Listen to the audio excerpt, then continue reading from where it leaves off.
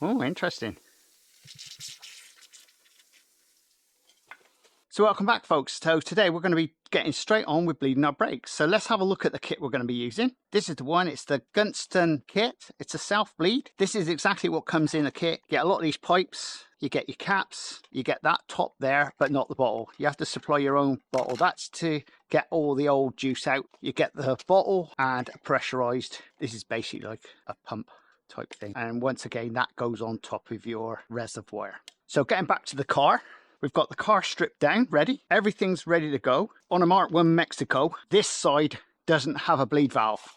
It's all done from this side.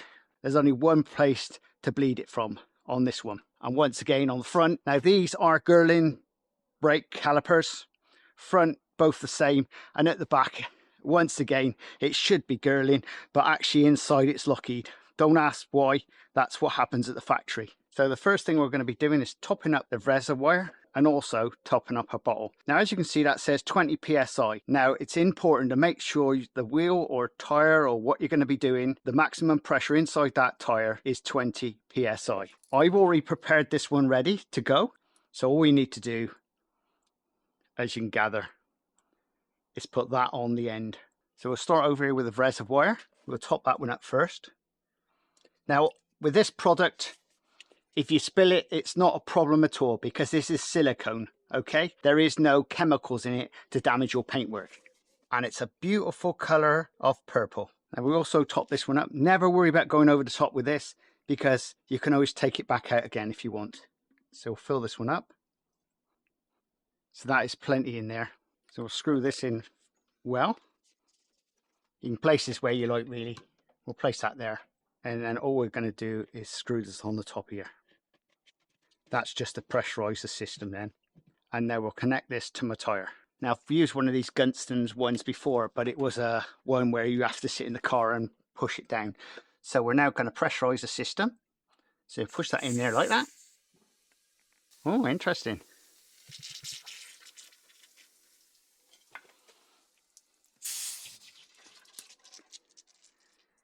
Yes, obviously that comes a little bit quick. Not quite following the instructions maybe, but obviously we're somewhere about. Obviously not quite what it seems. So as after stuff's gone over the deck, as per what I was expecting, because that is supposed to be properly sealed on there, but it was all bubbling out of here. Okay, I'm going to drop some pressure out of this. Maybe 20 PSI is far too much. That's 15 now. We'll call that pressurized, I think. I think what we're going to do is go to the back and just test it out, see what's happening. Put that on here.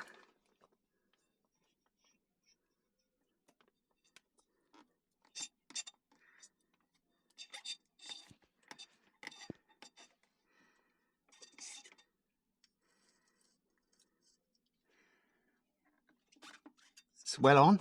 That's well on, and there's our bottle. So hopefully we can get that through and have nice clean fluid. Now for this, it's 11 mil. Right, I'm releasing now.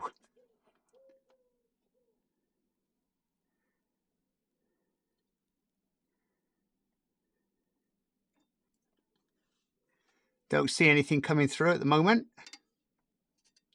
No juice coming through at the moment. That's spewing straight over the floor. It's not even going down there. It's not even coming out.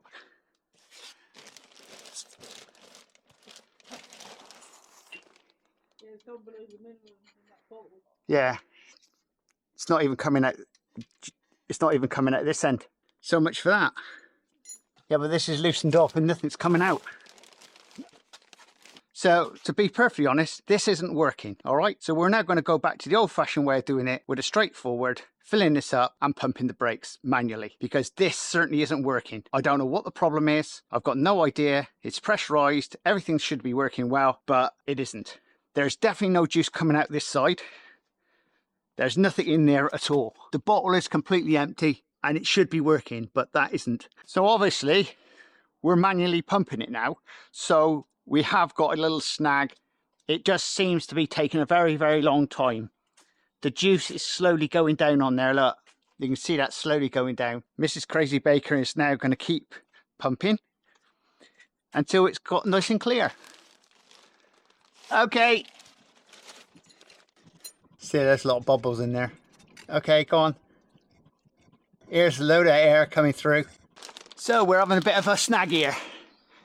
We're creating more air. Now, this shouldn't be happening.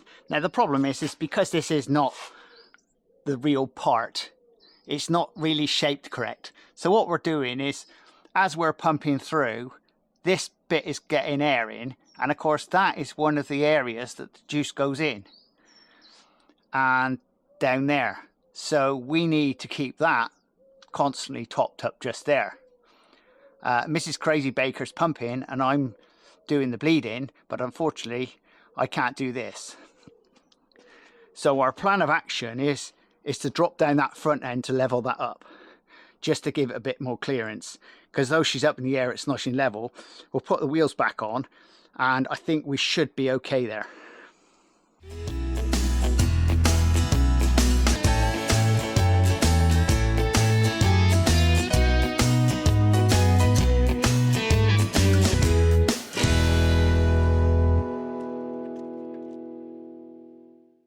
We're going to get back to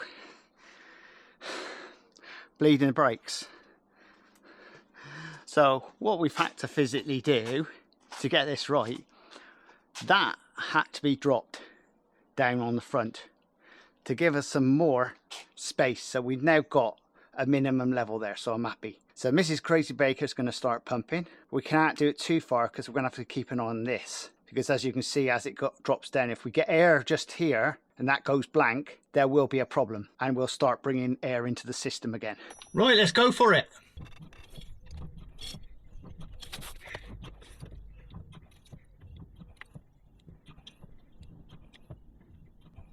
Hold.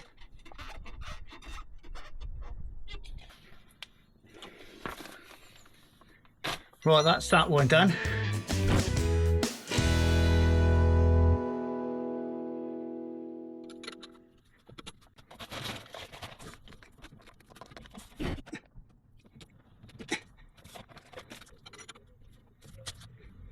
Okay, pump, pump, pump. A lot of air. Go on, we're coming clear. Go on. That's all right now. So there you go, folks. That is how most likely not to do your brakes. I would not recommend this kit at all. Don't bother wasting your money on it. I've tested it out, and if you can see from the video, it's absolutely a failure. I'm not really sure why they call it good. It says on there, fast fluid replacement, faultless. Yeah, no contamination. Maybe so. That is what the bottle looks like after it's finished. As you can see, that's the minimum level there. Now this bottle isn't right for this car really, and the person on eBay shouldn't be selling it for these types of cars. But needless to say, that particular design, it's up in the air. Okay, let's be fair. When you're going downhill, it's going to come up this side. It's all working fine. Brakes are brilliant. Wheels are all back on. I've just got to do the tyre pressures now. It is actually fine. I'm liking that. It's great. It's just nice to have some legal for the road, to be honest. What we're going to do now, we're going to go out for a... I've been up the road basically to find out if it works all right, and it's fine. Now we're going to go down the garage and get some fuel. Well, we're in the bone shaker, folks, and it feels like a bone shaker already. So it's our first trip to get petrol in a while, so I'll be really interested in see how she goes. Because the last time I went out in this, the brakes didn't work and it was missing like a pig. And hopefully we got enough fuel to get to the garage. Because this is like running on fresh air at the moment, looking at it.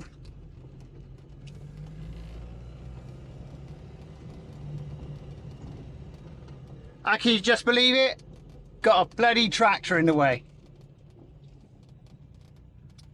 Something about living in a village. Tractors.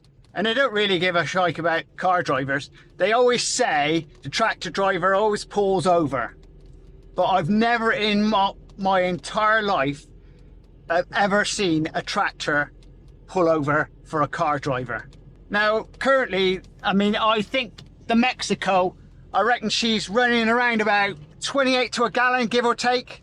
I may have to go in for some like cheaper fuel, I think, because I'm not sure this is going to make it to the garage. The last time, I believe I put like a gallon or so in there. But these days, a gallon, I'm not really sure what that is in litres. I just love these old cars. Something about it, innit? Oh, I can't believe it. I'm actually out and about in the Mexico. Oh, what a dream. And can't get out of first gear because of a tractor. Now, in a modern car, you'd be in second gear now, but I'm actually in first because the gear ratio in the Mexico and old cars like this, because it's an old, basically, I believe it's the Cortina E gearbox. Oh, second gear! Hooray!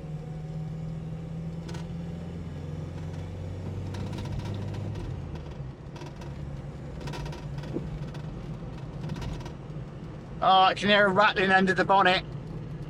I'm gonna say now, we need to do a stop. Well, that was the bonnet stay, wouldn't it be? Right, let's go.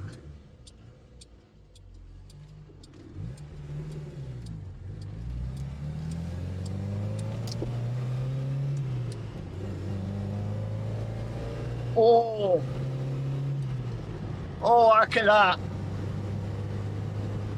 Oh, I'd be at 40 miles an hour. Whoa.